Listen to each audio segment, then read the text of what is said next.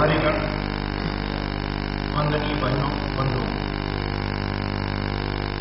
सामान्य रूप से जब आर्थिक विषय की चर्चा आती है तो सोचते हैं शायद कोई बहुत दूर का विषय है, लेकिन हम में से प्रत्येक जो देश की अर्थव्यवस्था है, आर्थिक नीतियां हैं, उनसे प्रभावित है। अभी जैसा हम सबने अखबारों में पढ़ा है, इस वर्ष की दूसरी तिमाही में देश की आर्थिक वृद्धि की दर 8.4% पहुंच गई।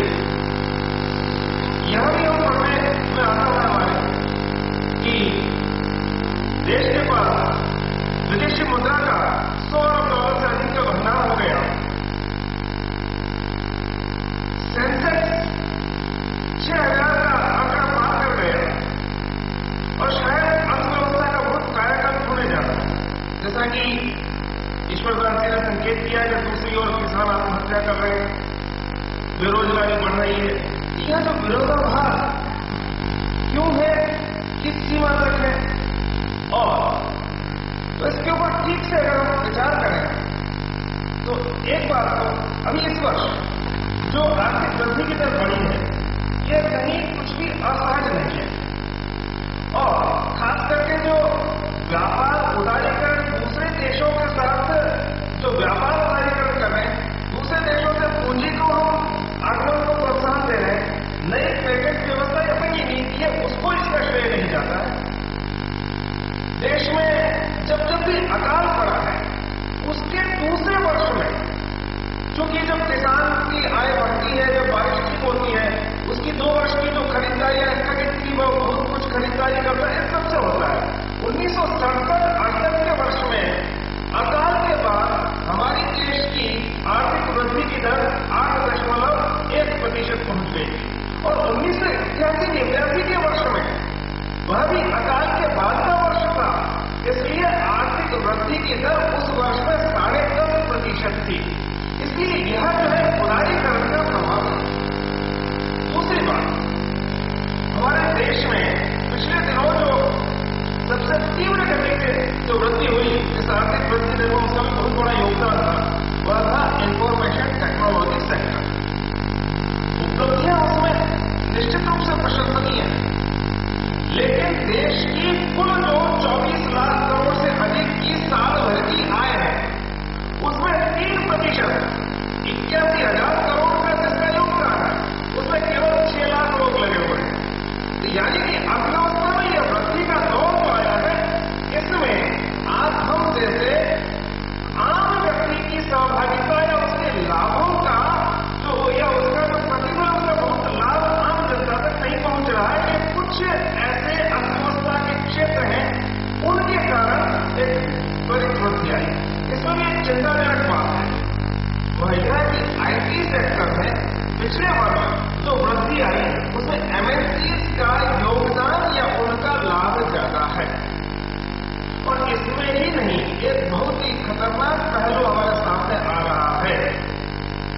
हम जो इन दिनों पढ़ने में आ रहा है कि देश का विदेशी व्यापार बहुत तेजी से बढ़ा है और देश में जीडीपी में भी वृद्धि हुई, लेकिन हम ये देखें कि यह सारा का सारा विदेशी व्यापार नहीं, केवल ब्रांच ट्रांसफर है।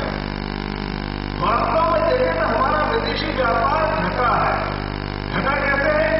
जैसे मान लीजिए एक हुंडई कंपनी है या फोर्ड कंपनी है, पहले पूरी कार हिंदुस्तान में बनती थी, अब उसमें क्या कर दिया हमने, फोर्ड कंपनी अपने 4 पुर्जे तो यहां बनाती है और 100 पुर्जे बाहर से लाती है, और जो 4 पुर्जे बनाती है वो अन्य दूसरे देशों के लिए भी बना रही है और सब जगह जा रहा है। और जो 100 पुर्जे दूसरे देशों में, अन्य देशों में बनते, वो हमारे आ रहे हैं और केवल कार असेंबल करते हैं। इसके कारण ये जो ब्रांच ट्रांसपोर्ट है, आज हमारे विदेशी व्यापार का आधे से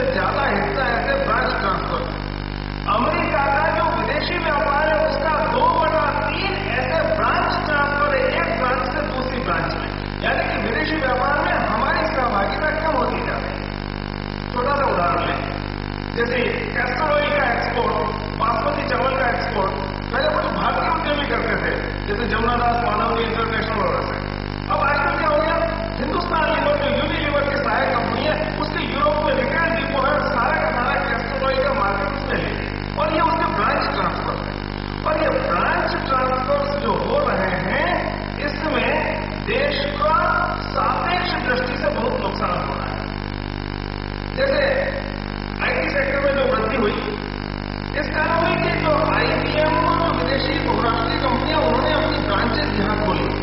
बहुत सस्ते में यहाँ के आईटी विशेषज्ञों से वो सॉफ्टवेयर डेवलप करवाते हैं और उसको अपनी दूसरी ब्रांच में ट्रांसफर कर देते हैं, अमेरिका की ब्रांच में। यहाँ से जो 20 लाख रुपए में उन्होंने ट्रांसफर किया, उसको वहां 20 लाख डॉलर में बेचेंगे, यानी 9 करोड़ रुपए में बेचेंगे।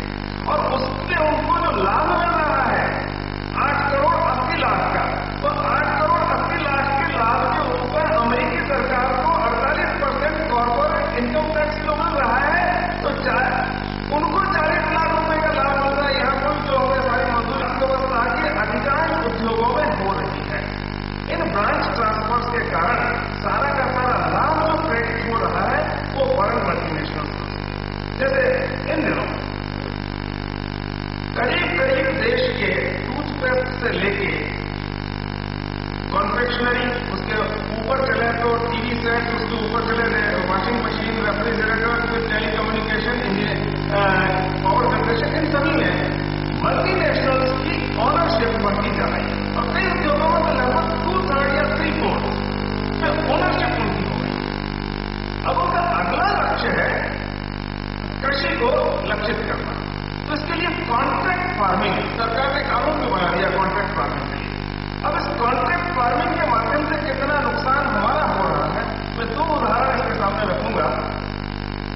कारगिल एक कंपनी है, देश में 6000 हेक्टेयर जमीन उसने ठेके पर ली 2 वर्ष पहले। वहां वो गेहूं की खेती करवा रही है, नेचर फ्रेश के नाम से अपना आटा बाजार में ला रही है। आटे के विज्ञापन से हम उस आटे की तरफ जाएंगे, उसका कहेंगे इतना प्रोटीन है, इतना ये है, और फिर धीरे धीरे उस टेस्ट में हमारा एडिक्शन होगा। यानी कि खेत खलिहान से, किसान से खेती करवाने से लेकर किचन तक की टोटल फूड सप्लाई चेन को टेक ओवर करना। इसके अलावा दूसरा, जैसे हमारा ट्रेड बढ़ रहा है, पेप्सी फूड ने टमाटर की खेती के लिए किसानों की 3500 हेक्टेयर जमीन अनुबंधित की। उसके ऊपर वह किसान से 1 रुपए किलो में टमाटर लेते हैं। 6 किलो टमाटर से 1 किलो टमाटो पेस्ट बनता है। उसको यूरोप में एक्सपोर्ट करने से कंपनी को $2 मिलता है 1 किलो टमाटो पेस्ट। कंपनी को $2 यानी 90 रुपए, भारतीय किसान को 6 रुपए। उस टमाटो पेस्ट की उत्पादन लागत आप सारी जोड़ लीजिए, 30 रुपए से अधिक नहीं आती। उसके ऊपर जो 70 रुपए का वैल्यू एडिशन पेप्सी फूड्स के लिए हो रहा है, वहां जो वैल्यू एडिशन जब रिपेट्रिएट करेगी तो 48% उसके ऊपर कॉर्पोरेट इनकम टैक्स अमेरिकी सरकार को मिलेगा।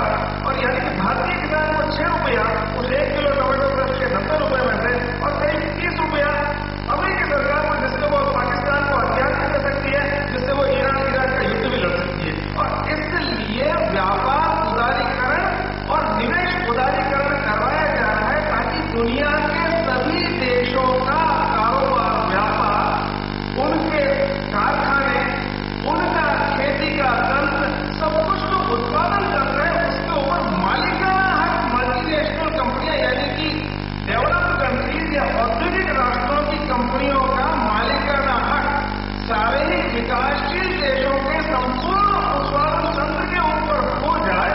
उसके बाद जो है अपनी एक देश की ब्रांच से दूसरे देश की ब्रांच में जैसा चाहे वैसा ट्रांसफर करें। तो एक तो ये जीडीपी वाला विषय मैंने आपके सामने स्पष्ट किया। दूसरा, इधर वो सेंसेक्स के बारे में बहुत आशा है। सेंसेक्स क्या है? देश की बड़ी बड़ी केवल 30 कंपनियों